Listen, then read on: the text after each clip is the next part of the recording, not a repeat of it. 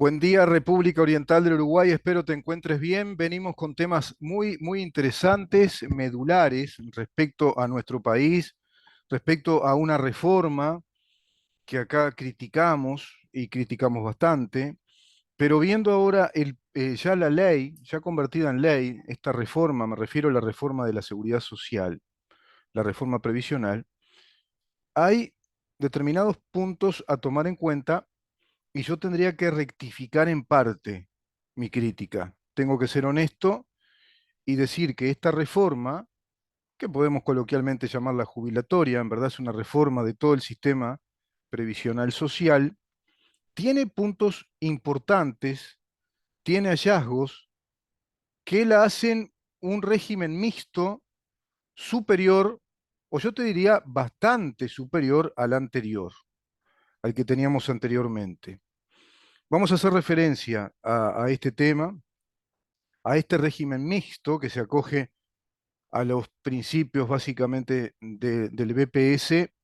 pero que desglosa un aspecto muy importante que es los aportes para ahorros y capitalizaciones personales, el sistema de la SAFAP, del ahorro y la capitalización personal. Es muchísimo más ventajoso. Se puede decir en términos coloquiales que aún es un parche respecto a lo que pueda ser en plenitud un sistema de control, inclusive de parte del Banco Central del Uruguay, de control respecto a las calidades que tiene que tener ese sistema de las aportaciones para ahorro y capitalización que se van a introducir en una renta vitalicia para cada uno de los uruguayos que puedan optar o que de pronto se transforme en algo netamente o completamente obligatorio en un futuro. Podría pasar. Yo creo que estamos en una etapa intermedia, que este proyecto de la reforma de la previsión social plantea un salto más, una especie de escalada para que los uruguayos puedan capitalizar desde sus ahorros, digamos que una pensión vitalicia,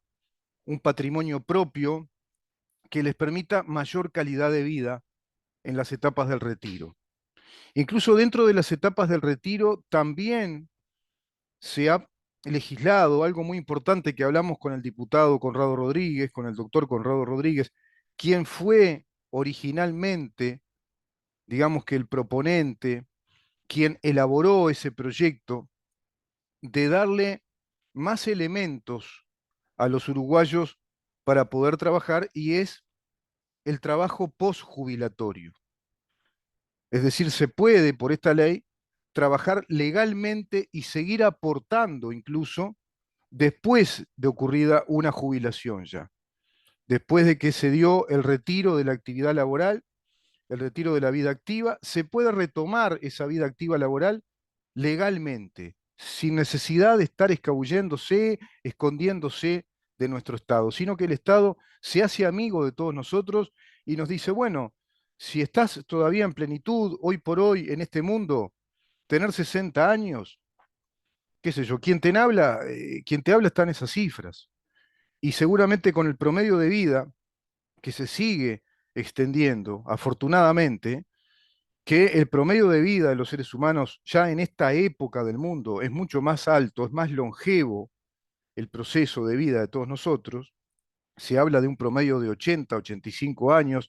y se seguirá avanzando hacia un promedio, se dice de acá a 10, 15 años, donde la gente tenga un promedio de vida de 100 años. No es locura, ¿no? Esto no es ciencia ficción. Se está llegando por un montón de motivos, por lo menos en un gran sector de la población, del mundo llamado desarrollado, de las economías de desarrollo, con todos los sistemas sociales, previsionales, de salud, el avance de la medicina, el avance de la nutrición.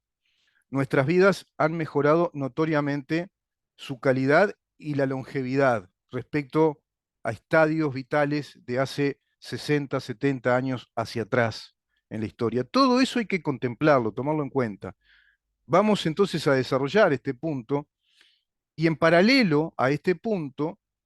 el desenlace fatal que plantea el comunismo organizado en el PCNT, que vuelve con una arremetida inconstitucional, delincuencial, de aplicar terrorismo contra el Estado uruguayo, directamente contra la Constitución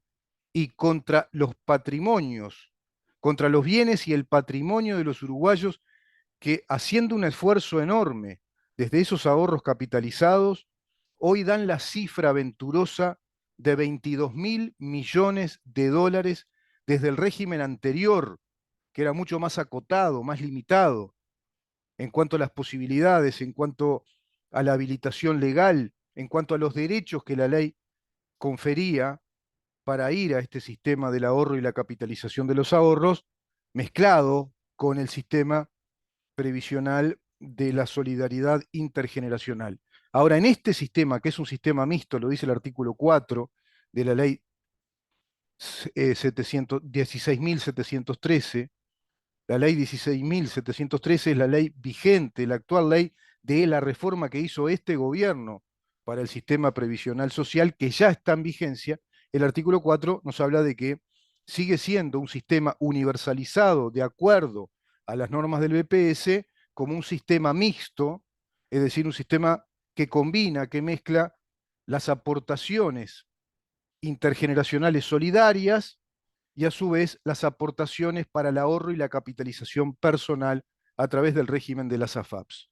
El PIT-CNT lo que pretende hacer es introducir por la vía plebiscitaria una norma constitucional que prohíba esto. Es un disparate, que prohíba. Vamos a volver a este tema porque es inconstitucional. Uno de los ejes fundamentales que ayer hablé con el doctor Schipani, que tendrán que defender si prosperan las firmas para el plebiscito, porque no veo voluntad en la Corte Electoral, porque tiene la capacidad jurisdiccional de suspender esas firmas, de no habilitar ese plebiscito por considerarlo inconstitucional y gravemente inconveniente. No lo hará. Una vez más, las instituciones del Estado dejan librado al juego que campee libremente de este terrorismo del marxismo socialista en el Uruguay, que pretende salirse con las suyas, tener centralidad política, ocupar la atención pública sobre un debate que no solo es banal, sobre un debate que no solo es aberrante, sino que es delincuencial, es terrorista, es terrorismo institucional contra el Estado uruguayo, directamente lesionando de modo muy severo, prácticamente con lesión de muerte, a nuestra Constitución y a su vez pretendiendo robarse todo ese dinero, ese multimillonario dinero que es de los uruguayos, que es de cada uno de los que capitalizaron con sus ahorros y que a su vez es dinero producido colectivamente, socialmente, a través de inversiones empresariales que precisamente desarrollan ese proceso aventuroso de la capitalización, que es a raíz de los intereses que obtienen las AFAPs, que los vuelcan precisamente, y en acuerdo con muchas veces con los ahorristas, los vuelcan a inversiones empresariales como el shopping, por ejemplo, el mega shopping que está ahí por La Rañaga, que es el nuevo centro. Pero hay muchos emprendimientos empresariales en Valentines, hay nuevos proyectos de emprendimientos, es muy venturoso, esto no para más, y esto va generando como una bola de nieve una reproducción permanente, una autosustentabilidad de la productividad de ese dinero, porque ese dinero está siendo invertido en producción de riquezas, está siendo invertido en empresas, en emprendimientos empresariales, inmobiliarios, de servicios, en emprendimientos comerciales, etcétera. Bueno, todo eso se lo quieren robar, por otra parte. Y a su vez, trancar esto, prohibir este sistema venturoso para los uruguayos que al cabo de los años irán descubriendo y se irán culturizando de que es infinitamente superior un modelo económico de desarrollo desde la teoría económica del capitalismo que un modelo socialista. Quédate ahí, le decimos a Ramón que nos permita esta pausa y venimos entonces con el análisis del artículo octavo de esta nueva ley de la reforma de la seguridad social, que es sumamente positivo respecto a lo anterior. Si bien no es ya una versión para nosotros definitiva, completa, es una muchísima, digamos, es una versión muchísimo mejor que amplía la capacidad del ahorro, que amplía la cuantía de los ahorros personales y por ende de esa masa dineraria colectiva que va a ser rentabilizada. Quédate ahí.